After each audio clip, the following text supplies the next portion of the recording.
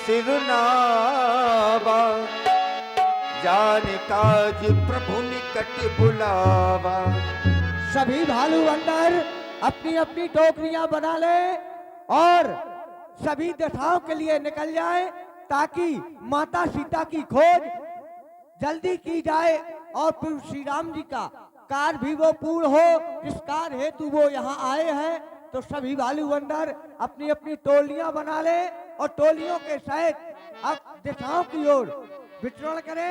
ये मेरा आदेश है और जो भी माता सीता की खोज करके वापस नहीं आएगा उसको मृत्यु दंड दिया जाएगा। पाछे पवन तनय सिरनावा, जान काज प्रभु निकट बुलावा। हे ताथनमन, तुम भी सीता की खोज के लिए जा रहे हो।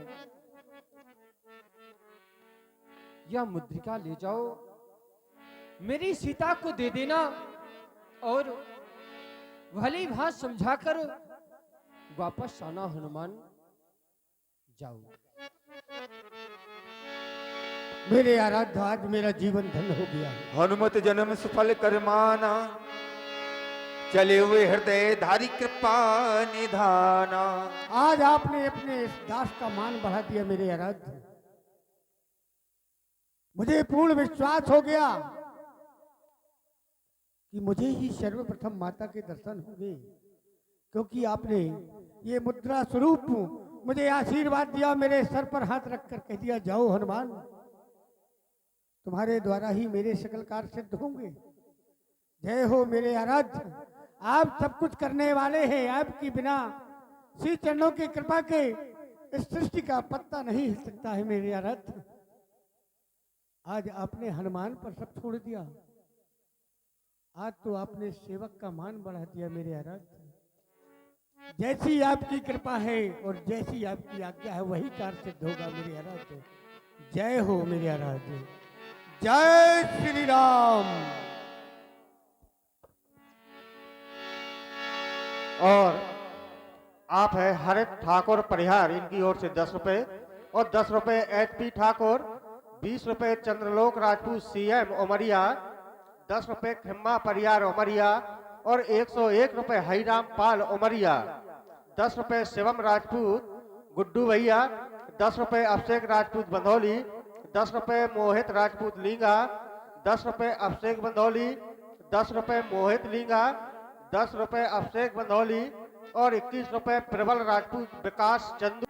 चले सकल बन खोजत सरिता सरगिरी खोह, राम काज लैलीन मन बिसरा तन कर छोह। तात हनुमान जी कहे जामुद जी, सभी दिशाओं की ओर बंदर भालू निकल चुके हैं और अपनी सेना दक्षिण दिशा की ओर जा रही है और हम नल नील अंगद आप हम सभी लोग माता सीता की खोज में चल रहे हैं। लेकिन जामवंत जी बहुत दूर तक निकल आए हैं। लागित सात से अकुलानी, मिले न जल घन गहन भुलानी। हमें कुछ ऐसा लगता है कि हमारी सेना काफी श्रमित होती हुई प्रतीत होती है। सत्य कह रहे हो। प्यासी भी है। हाँ, तो मैं शिखर की चोटी पर चढ़कर देखता हूँ, कहीं पर जलाशय या झरना दिखाई दे।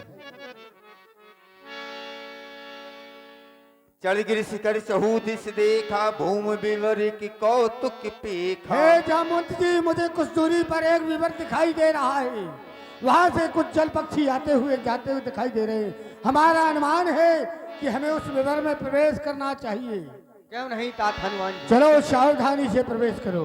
गिरते उतर पवन सुत आबा, सब कहले सोई विवर दिखावा। लेकिन ये क्या देख रहे हैं? उपवन वर सर विकसित बहु कंज, मंदिर एक रुचिर तह बैठी नार तप पुंज। सुंदर सा उपवन है यहाँ पर और एक मंदिर है जहाँ एक तपस्विनी तपस्या में लीन हुई बैठी है। दूर ताहि सबन सिरनावा, हमें दूर से इन्हें प्रणाम करना चाहिए। हे देवी, हमारा प्रणाम स्वीकार करें। पूछे नित वृत्तांत सुनावा। आप कौन हैं और इस विवर में कैसे आए? हे देवी, हमें बहुत जोर से प्यास लगी हुई है, अभी परिचय देने की इच्छा नहीं है, कृपया करके हमें कहीं जल की व्यवस्था बता दें। प्यास लगी है, अवश्य देवी, भूख भी लगी होगी। आप तो अंतर्यामी हैं। जाओ, मेरी कुटिया के पीछे सरोवर है, जल पी लेना, फल भी खा लेना। और सुनो, पेड़ ना तोड़ना, पेड़ तोड़ोगे बाहर ना जाने दूंगी। नहीं नहीं जाओ। देवी, ये तो आपकी कृपा है। चलो भाइयों, कितने सुंदर सुंदर मीठे मीठे फल, बच्चन की सभी लोग मधुर फल खूब खाए, फल खाओ, खूब जल पियो। तासु निकट पुनि सब चली आए।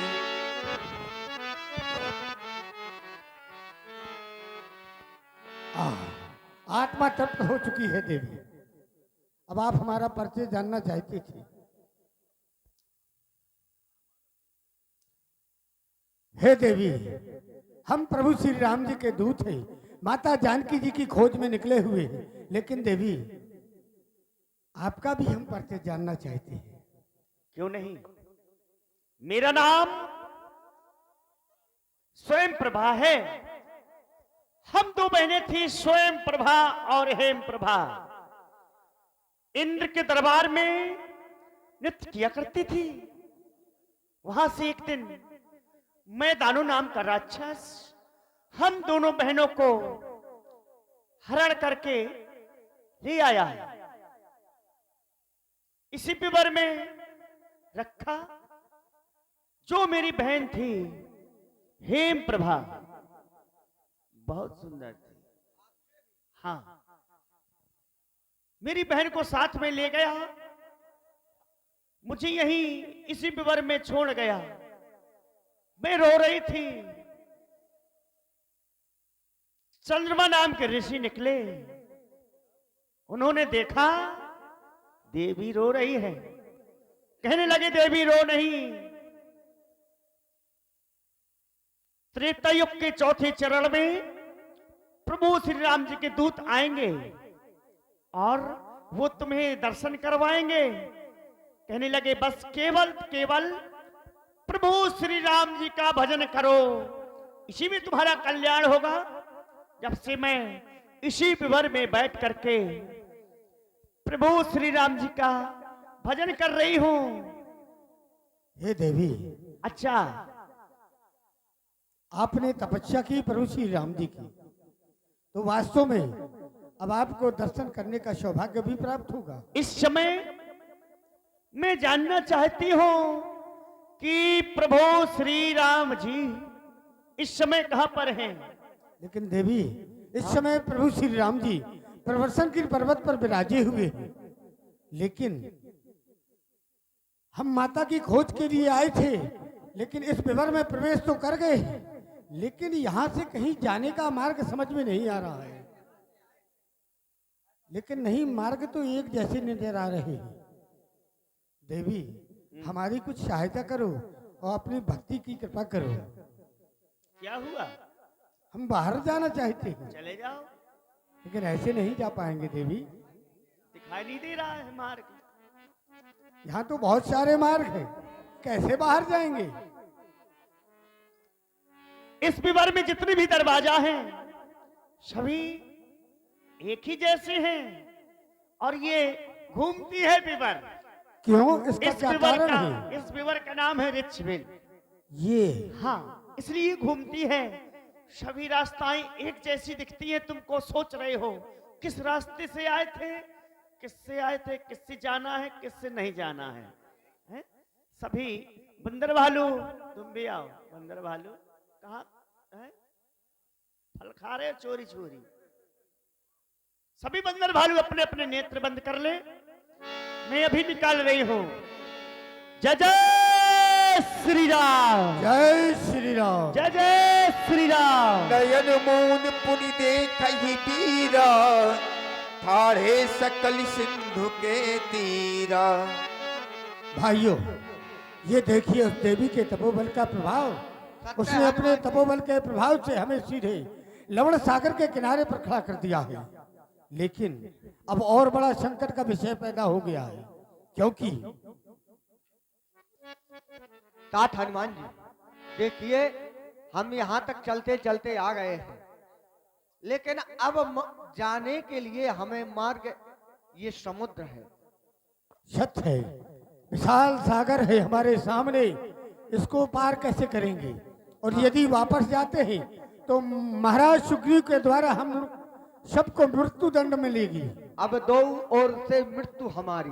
सत्य कहे, अब दोनों ओर से हमारी मृत्यु है, क्योंकि माता सीता की खोज नहीं करते हैं तो महाराज सुग्रीव मार डालेंगे। यही विधि कथा कही बहु भांति, गिरि कंदरा सुनी संपाति। भाइयों यहीं बैठकर कुछ विचार करते हैं। बाहिर होई देखी बहु कीसा, मोहि आहार दीन जगदीसा।